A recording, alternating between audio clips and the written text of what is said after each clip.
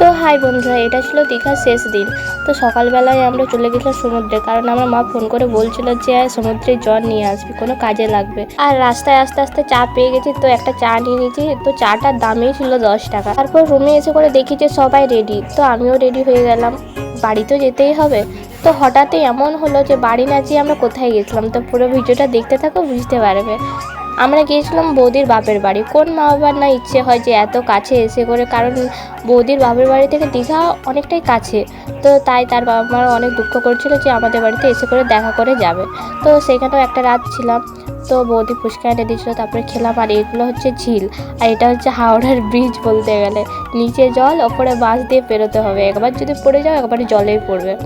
তারপরে চপ এনে দিয়েছিলো, খেয়ে নিচ্ছি। আর এখন আমরা বেরোবো কালী পুজো দিক। আর কালী পুজোয় ঘট ডুবাতে যাবে মাইক নিয়ে। তো সবাই অনেক নাচানাচি করছিল। নাচানাচি করার পরে বাড়ি চলে এসেছি, মানে বৌদির বাপের বাড়ি।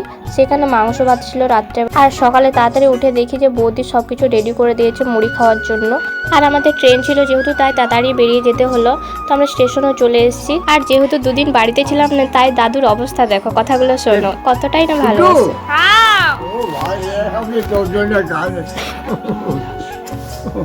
ভালো ভালো এটা হচ্ছে আমার দাদু।